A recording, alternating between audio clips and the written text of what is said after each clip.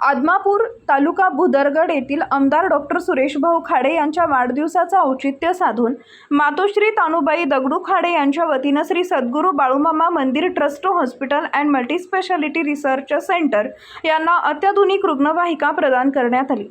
ग्रामीण भागातील रुग्णांना तातडीची व दर्जेदार वैद्यकीय सेवा उपलब्ध व्हावी, तसेच आपत्कालीन परिस्थितीत रुग्णांना वेळेत उपचार मिळावेत या सामाजिक बांधिलकीतून हा उपक्रम राबवण्यात आला। या रुग्णवाहिकेमुळे परिसरातील नागरिकांना मोठा दिलासा मिळणार असून हॉस्पिटलच्या आरोग्य सेवेला अधिक बळकटी मिळणार आहे।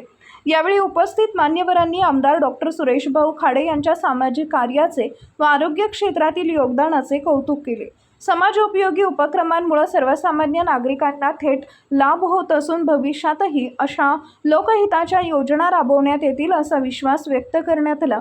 कार्यक्रमात सुमनताई खाडे, सुशांतदादा खाडे, वसंतराव खोत, सागर वडगावे, वैभवदादा नलावडे, अमित कांबळे, चंद्रकांत सरगर, वैभव यमगर, विविध क्षेत्रातील मान्यवर, ट्रस्टचे पदाधिकारी, वैद्यकीय अधिकारी, सामाजिक कार्यकर्ते तसेच नागरिक मोठ्या संख्येने उपस्थित होते।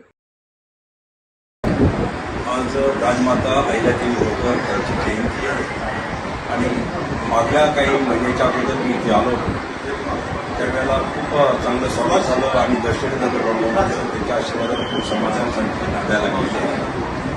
त्यावेळी सरपंच असतील, इथे ट्रस्टचे लोक असतील, साहेब असतील, आम्ही सगळे असतील, त्यांच्या माध्यमातून आम्हाला एक विनंती त्यांनी केली की आमचं ट्रस्टचं हॉस्पिटल इथं आहे आणि इथं मोठी गर्दी पण असते, इमर्जन्सी काय लागली तर आम्हाला ॲम्ब्युलन्स आमच्याकडे नाही आहे, त्यामुळे आम्हाला एक ॲम्ब्युलन्स मिळाली तर आम्हाला खूप चांगली सुखसोयी उपलब्ध होईल।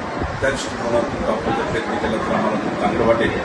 ते आमच्या डोक्यात बसलं, बाळूमामाने आमच्याकडून डोक्यात बसवून आमच्याकडून ते करून घेतलं, यांचीच कृपा आहे। आणि त्या कृपेच्या मानानं आज आम्ही ह्या बाळूमामा ट्रस्टसाठी आणि बाळूमामा मंदिरासाठी आम्ही एक ॲम्ब्युलन्स आज इथं प्रदान सोहळा आम्ही साजरा केला।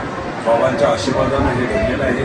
बाबाच्या आशीर्वादानं निश्चितच त्या ॲम्ब्युलन्समध्ये जास्त लोक येऊ नयेत आणि आले तर ते सुख समाधान शांतीनं आणि आरोग्य तंदुरुस्त होऊन परत जावावेत, एवढेच मी सर्वांच्या वतीने बाळूमामाच्या चरणी प्रार्थना करतो। बाळूमामांना असंच आमच्यावर प्रेम, आशीर्वाद, आमच्यावर कृपा राहू दे एवढीच मी विनंती करतो।